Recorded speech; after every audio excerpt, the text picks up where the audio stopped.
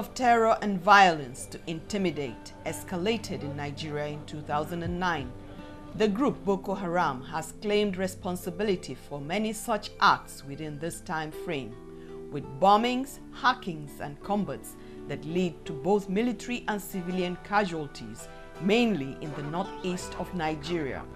Things took on another sinister dimension when on the 14th of April 2014, 276 girls were taken from their college in Chibok, Borno State. 219 of these girls are still with the terrorists. I'm a native of Chibok, and if you can recall, the issue of the abduction came from my own village, that is Chibok, some months back. And I have this to tell you that some of the affected victims, I have about 2 who happens to be my nieces, among those that have been abducted. The 219 girls that were either abducted in Chibok, that is my husband's village. So I can say that directly I am affected by terrorism. Not only are the 219 girls, most of the villages in Chibok have been sacked. The latest being Mubi, that's my home. In fact, 2 of my sisters left Mubi on Wednesday, and after trekking for 2 days, one surfaced in a village called Maiha. She trekked for 2 days, 2 nights before she found herself in Maiha. Before going to Yola, she just arrived this town, Abuja, the day before yesterday. The other one, there was no news about her until yesterday night. When she arrived Yola, we didn't hear anything about her for 1 complete week. And she surfaced Yola yesterday. So I can tell you that it has been very, very, very difficult for us as a community, as a family. It's been very, very difficult. If there is any person that is not or directly affected by this insurgent, I can say I'm one. Because the daughter of my immediate junior brother and the daughter of my immediate senior brother of same mom, same dad, are among the abductees. And so I'm the one who even paid their examination fee. To that extent, I'm very much affected. And apart from that,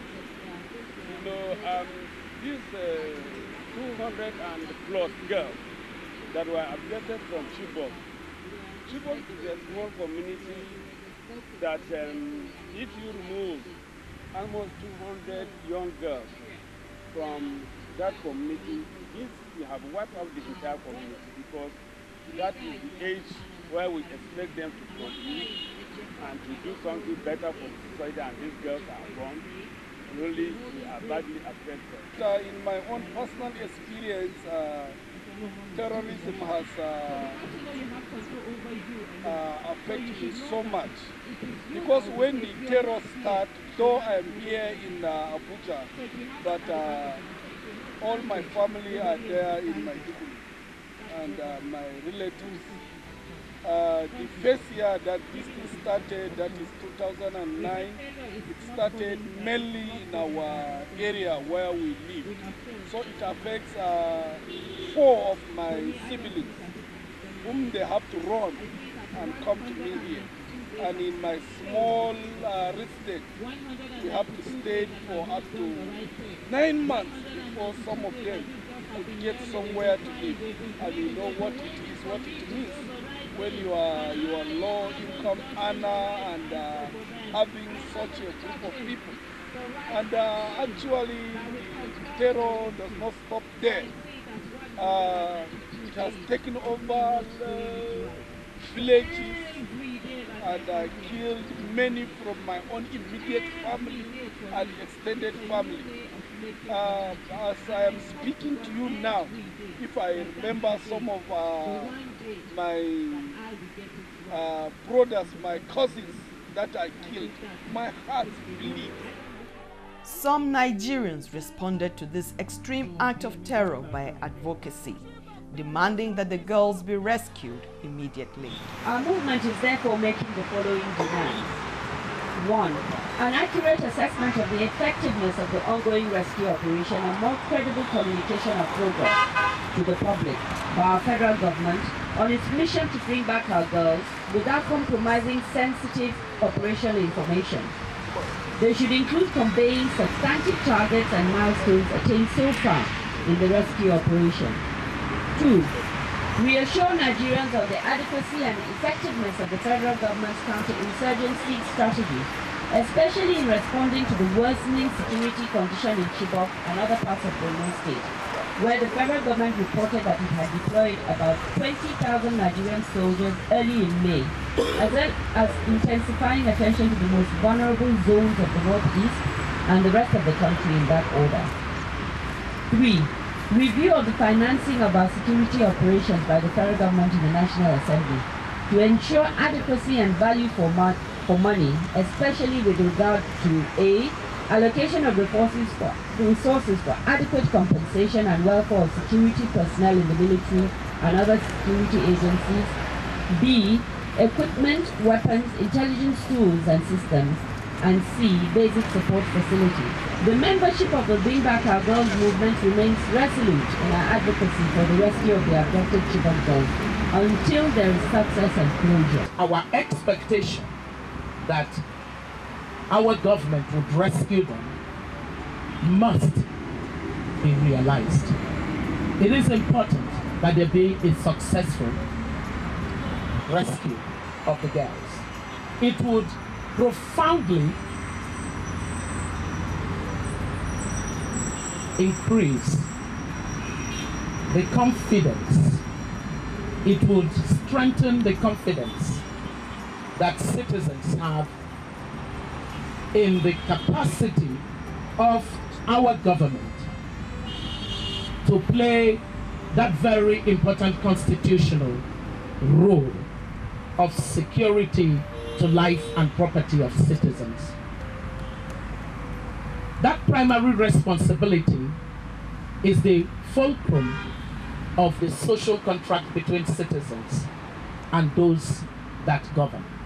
What are we demanding? Bring back our girls now and alive. What are we demanding? Bring back our girls now and alive. Prior to the kidnap of the Chibok girls, several suicide bombings had taken place in the northeast, north central, and parts of the northwest of the country. Abuja, the nation's capital, has not been spared. Here is a young survivor of the terror unleashed on the United Nations building on August 26, 2011. I remember waking up and I had an appointment to see somebody at the United Nations building. That day was 3 of my friends' birthdays. So I remember I woke up and I spoke to them, wished them happy birthday, and we had a chat about how I would come and see them after my interview. One thing led to the other. I went to the embassy. I went to the United Nations building, and I remember 4 weeks later waking up in London in a hospital in intensive care. When I woke up, I was surprised. I was wondering where I was because things didn't add up. But I woke up seeing my family and friends around me, pictures on the wall, and it took a while to gradually realize that I was in hospital, and I had a stroke on my right side. I had an amputation on my left leg. I had serious injuries, an injury on my head. So it took a while for me to actualize what had happened to me. But yes, so everything was resolved. After a while, my mom had to explain to me gradually that I was in a bomb blast. This was what happened, how they got me to the UK, how everything had worked out. So it took a while for me to realize where I was. How do people survive after terror acts, even if not directly affected? Can you tell us about your journey from then till now? Okay, my journey has been long and difficult, but sometimes because of my family and friends, it's been easier than people think. I was in hospital for about a year. I went from one hospital, from intensive care hospital to rehab hospital, from rehab hospital to prosthetic units. But I'm grateful for my family and friends. They were there every step of the way. Every ambulance that we moved from one hospital to another, my family and my family or a friend would have been in ambulance with us. And because of the chaos that my family and friends experienced at National Hospital, because after the blast they took me to the closest hospital there was National Hospital. Here in Abuja? Yes, here in Abuja. So they from the chaos they experienced at the hospital, that's what inspired us to form Timembe. So Timembe is an advocacy group that advocates for improved service delivery. Recently, my daughter told me she wants to go back to boarding school. And I just looked at her, I said no. I didn't give her any reason. But at the back of my mind, I thought of the Chibok girls. I don't think at this stage in my life I'll be able to sleep very well at home with my daughter in boarding school. Even though I know the school that they are in is well fortified, but then I might not be able to sleep. The terrorism have affected me in so many ways. I have a lot of business that I had originally booked for the Northeast, like going to Maiduguri, like going to Yola. I have a non-profit organization in Washington, D.C., and we had arranged that we are coming to do so many activities. But since I came, I've not been able to go there, and some of the people that I normally will work with, some of them were affected. They have fled Maiduguri, moved to Mubi, and from Mubi they have fled to Yola. In the grip of war, people flee the conflict zone and are therefore displaced from their homes.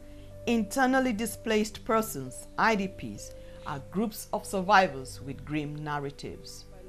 Abinci ma ba ma samu mai kyau saboda abinci daro daya wannan mutum goma ma da zuba mishi a plus kadan zai ce wai ya raina saboda haka daro daya wannan mutum da sama da 200 ma ana hada su suna ci baya ishe su mai kyau ga mutane ma sai rashin lafiya ga kuma ba magunguna iyayena ban san inda suke ba kwata ni na zo nan ni kadai ne yanzu ni bana da kowa amma zo min ni maraya ne. Wannan abin da muka gani in ba Allah ba wanda zai iya biya mana sakayya tare da jama'a mu mutane na yanzu haka da mata na da yara na ma ban san gurin da suke ba har yanzu ga ƴan uwa na ma ban san gurin da suke ba har yanzu muna tare da jama'a muna zama kuma jama'an da muke tare da su ma wani ma kayan sawa bai da shi abinci ma baya ishe shi muna samu muna gaya musu mun zo mun gaya musu gashi abin da muke ciki ba sa kula da mu suna ce mana ku je ku gaya ma masu raban abinci ne mun zo mun gaya musu ma ba ruwan mu shanu wannan muna gani ana tarawa shanu guda 5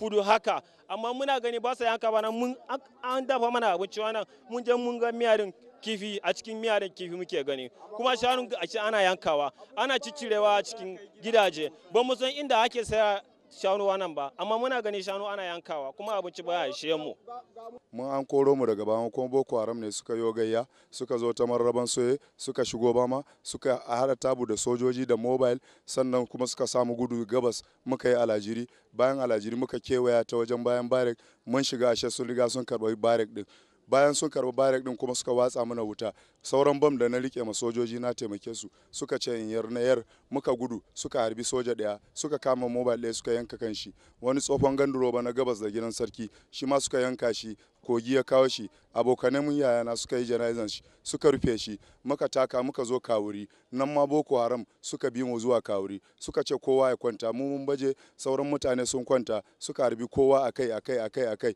to wanda kwanan shi ya kare mutum biyu kwanan su bai kare ba ɗaya ya goge kai din ɗaya ya fuda hannu din muka tashi kuma muka zo Kwandaga kuma a kuma suka biyo mu suka kawo mana hari Kwandaga shine muka shigo Maiduguri aka ce gwamna zai zo ya kawo mana abinci mun zo gwamna ya kawo mana abincin nashi mun gode masa amma kuma kuɗin da muke ji ana aiko mana tallafi ta cikin gari ta waye ba magani kuma idan muka je asibiti mai babban ciwo baya samun magani. The fallout from this situation compels some citizens to offer help at the IDP camps. That time the only IDP camp which is the NYSC orientation camp. That was the only IDP camp at that time when my first visit. October, 18th of October. Oh, that was just last month? Yes, just last month. That was, so 4 weeks ago, there was just one camp? Camp, exactly. Now, there are how many camps now? About 5 more camps. 5 more camps. Okay. Yes, there are 5 more camps now in Adamawa State. So, in a space of a month, there's been there's a total of 6 camps now. Absolutely, absolutely. So can you tell us what you saw at the camp? Yes, I saw a good number of people. There were a lot of people. There were a lot of children. They had a lot of orphaned children who had lost their parents, and there were pregnant women. There were some that had just given birth in the camp. They had lost about 4 people. In fact, the day I visited the camp, 1 person had died in the camp. So there were a lot of people, and I also noticed that their accommodation wasn't that, I would say, satisfactory, because some of them were they just laid out cartons on spring beds and were sleeping on them. Then some of them were sleeping on mats and all that. That was what I saw at the camp. I believe that under the circumstances, NEMA is trying, because when I went to the camp, I saw items in the store that NEMA had supplied, food stuff like rice and beans and all that. And also, after the attack of Mobi, I know that NEMA sent buses. They also sent search and rescue into the bush to find out, to look for missing people, people that were missing or people that were just helpless in the bush. So I think NEMA, under the circumstances, is doing its bit, it's trying. The total number of the IDPs when we went was almost over 25,000. Those are the ones in the camp, apart from those that are staying with relations. Because I went to Senator Zanna's house, he has over 300. Senator Ndume has over 300. So in each individual houses they have that, but the ones in the camps are over 25,000. So the camp we visited was the NYSC camp. The condition, the population is high, really high. I have a breakdown of the number of people there, if I can read it out to you. They have, the total number of women there is 358. And then the total number of men they have is 668. While boys from the age of 18, they have about 378. Then girls, 211. Then boys between the age of 5 and 12, they have 144. Then infant girls, they have 60, between 0 to 5. Then they have infant boys, 57. So, and then they recorded about 27 deaths and 15 births in the camp. With that total number of people, you can see a lot of chaos in the camp. They have a mini clinic, which is like a dispensary to me. Then they have security situation is good. They have security and everything. And they have, they keep records very well in all the camps in Borno State. From what I had, they said NEMA is trying relatively well, then UNICEF, and then the Red Cross are on ground. Every government has the primary duty and responsibility to protect lives and property of the citizens. The need for such protection is further heightened in conflict zones. This is a Geneva Convention situation, Common Article 3. And Common Article 3 is actually supposed to address, or was designed to address, the dignity of victims or persons affected by war. War is a very terrible thing, and the first thing it takes out, robs everybody of his dignity and confidence, and the inherent respect for the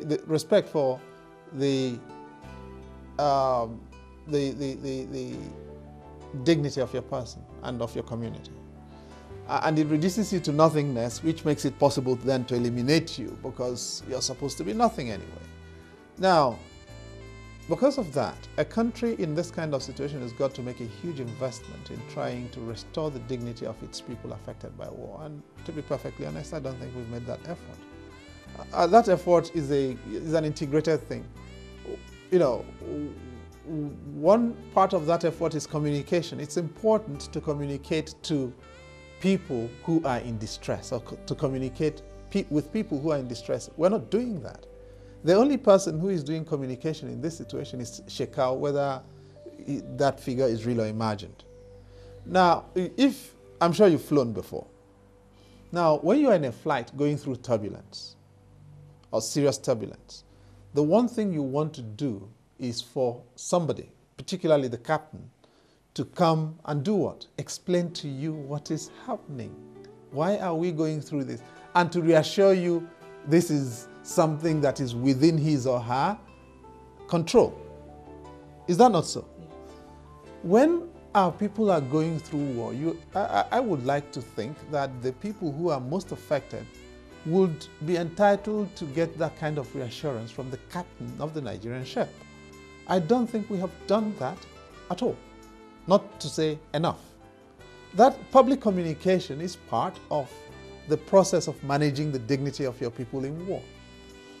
The second is the way in which you fight, the rules of engagement that you construct for managing the threat.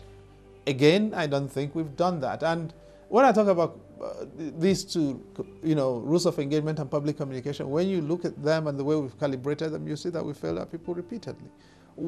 And right now, there is a sense when people hear from particularly the defense authorities, they don't know whether or not to trust or believe them, because we've squandered that element that makes it important to carry your people along in winning this kind of conflict. The war is not over, and it is safe to say that there is an information black hole in the northeast of Nigeria. Very few reports and visuals are available, so the extent of damage may never be ascertained. However, some statistics already provide a glimpse of the people's travails as they struggle to survive terrorism. So let me reprise the numbers. Since 2009, over 20,000. Since 2011, over 16,000. Since this year, over 7,000. However you look at it, those are fairly serious numbers. In terms of internal displacement, however you scale formal to informal displacement, we've got well over 1.5 million people displaced internally. I'm not even adding refugees. That's those people who are displaced outside, beyond the borders of Nigeria. We've got a lot of refugees now in Cameroon, in places like Mora and Kolofata, in Chad, up to Niamey, in Niger, in Dikwa, and all of those places. We've got lots of Nigerian refugees as well. At least I've seen some of those in Cameroon, and it's dreadful. And so the internal displacement situation is quite dreadful. And the internal displacement in the Northeast alone accounts, by the estimates of the Internal Displacement Monitoring Center in Geneva, for over 50% of the 4.3 million people in internal displacement in Nigeria as we speak. Food security is affected because there's not been farming in a lot of the places, particularly in Borno, for over 2.5 years. Fishing is also closed down around Lake Chad because Boko Haram is mostly in control of that neighborhood. And so however you look at it, and this is even before you add the fact, say, maternal mortality has risen and life expectancy is dropped. When you add all of that, the humanitarian situation is very sobering. Even as Nigerians look forward to an end to the mindless and random acts of terrorism, all who live to see such a time can be said to be survivors of terror.